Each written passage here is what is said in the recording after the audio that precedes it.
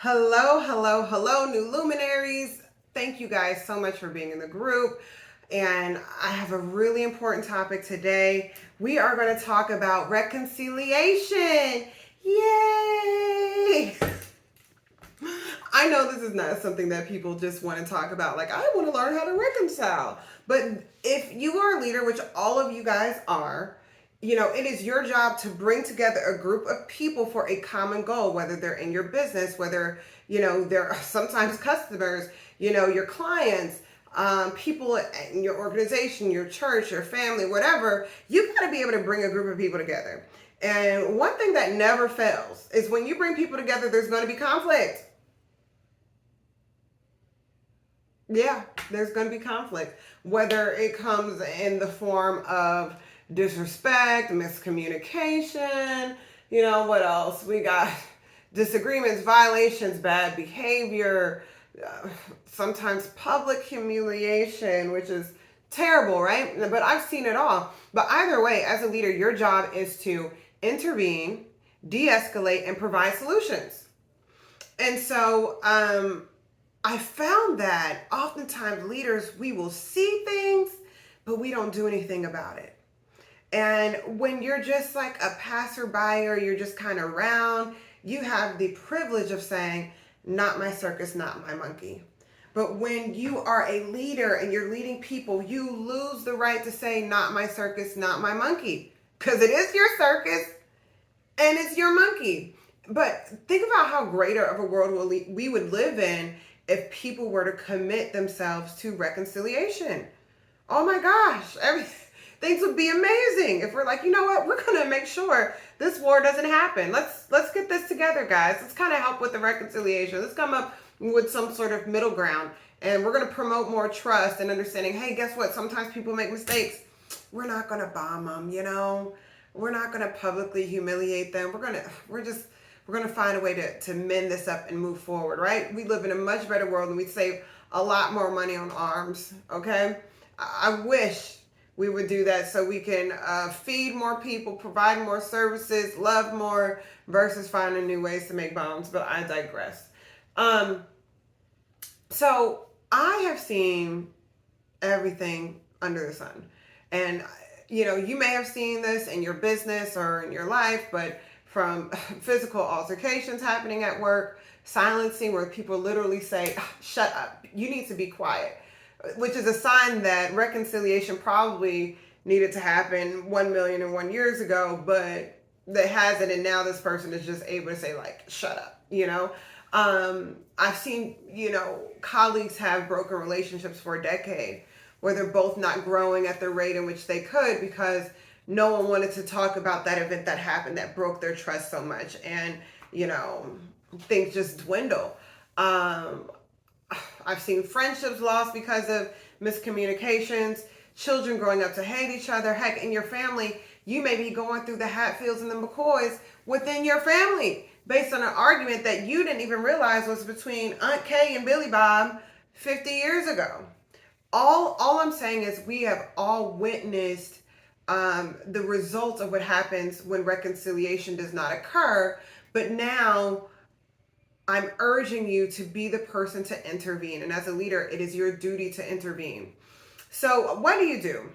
Well, the first thing I want you to do is really to think back about a time where there was a miscommunication, an argument, a downright corporate brawl with nasty emails or text messages, and ask yourself, if you would have intervened in a timely manner, what could have been saved? What could have been turned around? Yeah, that one, right? It could save you thousands of dollars and hundreds of hours of time and progress just by promoting reconciliation where people can synergize again. So the first thing that I want you to do, and the first step of creating an environment of reconciliation, also known as an environment where synergy can happen. And the reason I talk about reconciliation is because I watch business owners try to create synergy, but they never want to reconcile the problems, which is this false sense of positivity. Like, just be happy, everything's fine, everything's fine. Everyone's like, it is not fine, boo. I hate this person. Things are not fine, okay? So, but the first step is to create an environment where people know mistakes are going to be made. Hey, guys, occasionally we're going to say the wrong things. Occasionally we're going to rub each other the wrong way. But our goal is, once we realize we've done it, to reach back out, apologize, do whatever we can do to correct it so that way it doesn't, continue to grow. And really promote that. You're going to make mistakes. You're going to rub someone the wrong way, but it's not worth it. Being petty feels good, but it's never worth it. It always costs you a lot of money. It's like pettiness is like a really contentious divorce, okay? And a really litigious divorce where it costs you more time and energy and money than probably what the end result is going to be anyway, right? So, and energy. So we're going to promote that, promote reconciliation, and promote the fact that people are going to make mistakes and we can't take everything personally, and we have to be willing to forgive people once that happens. Number 2, remember, as a leader, your first job is to intervene. Not doing anything and saying, hey, I'm going to let them figure it out isn't the answer. Because most times they don't have it figured out. Or even if they are figuring it out, it's your job to just check in and show that you care. Hey, I know, we had some challenges there. How's it going? Just check their temperature. See how things are. Are they back to lukewarm? Are we back to room temperature? Because we don't want the relationship to grow cold, and we don't want it to boil over. We want it to be kind of like right there, okay? Nice lukewarm room temperature relationships, okay? And relationships can go hot, but that's up to them if they want to be like, yeah, we got this. Yeah, pow, pow, pow. Yeah, buddy. But a safe place is just like, okay, we're cool. We're smooth. We are calm. What is, Caesar, the dog whisperer, he's like, we want calm, submissive dogs. We just want you to chill, okay? Number 3, ask questions. Ask questions. You got to figure out what happened. Sometimes what happened is we've built certain things into our culture that is causing people to argue and disagree. So start asking questions, A, to figure out what happened, to make sure you're not making any assumptions, and B, so you can figure out if there are any patterns in your business that needs to be addressed. Like, oh, why do we do this? Do we need family therapy? I often get called into businesses to help, do group workshops and things like that, because things have gotten so far out of hand that they're like, look, we need someone who's not in this to intervene and help us work through this so we can get everyone else back on track. And asking questions is one of the first steps to figuring out if that's necessary. Number 4, you need to figure out if there were any code violations. I'm going to sit back on that one. There are commonly code violations that happen in businesses, and we don't talk about them. And the reason being is that a lot of times the people who are violating are often the people that we love, and we're like, this person has so much potential, and they're happy, and they're charismatic, and they have great personalities. And part of that is people who have that going for them, they know that in most cases they don't have to follow the rules. They have like the loved firstborn son dilemma, where they just like, look, I'm gonna get away with it. And what happens is when someone is violating in your business, everyone else is watching to see what you do about it. And if you do nothing, the resentment is going to grow and grow and grow. And it's going to grow for that person, and it's going to grow against you. And people will start to act out. They're either going to take matters into their own hands and get back at that person their own way, whether they sabotage them, withhold information, they start just, doing all these other things that maybe they actually have some sort of altercations and nasty emails, whatever. Or they start doing things against code because they're like, hey, if you let it go with this person, why can't I do it? And they'll just start going, right? And that's not what you want to do. So if there are any code violations, you have to address it. So check to see if it is. And your personal integrity and your integrity as a leader is on the line when there's a code violation and you don't do anything about it. Number 4, you have to follow through with the stated expectations. You have to. You have to make the hard decisions.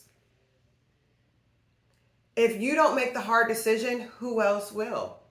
There's no one else that can. You're the leader. So if you don't follow through, then you create a culture where there's no follow through, and there's no systems and there's no organization. Great organizations cannot thrive without organization, without systems, without consistency.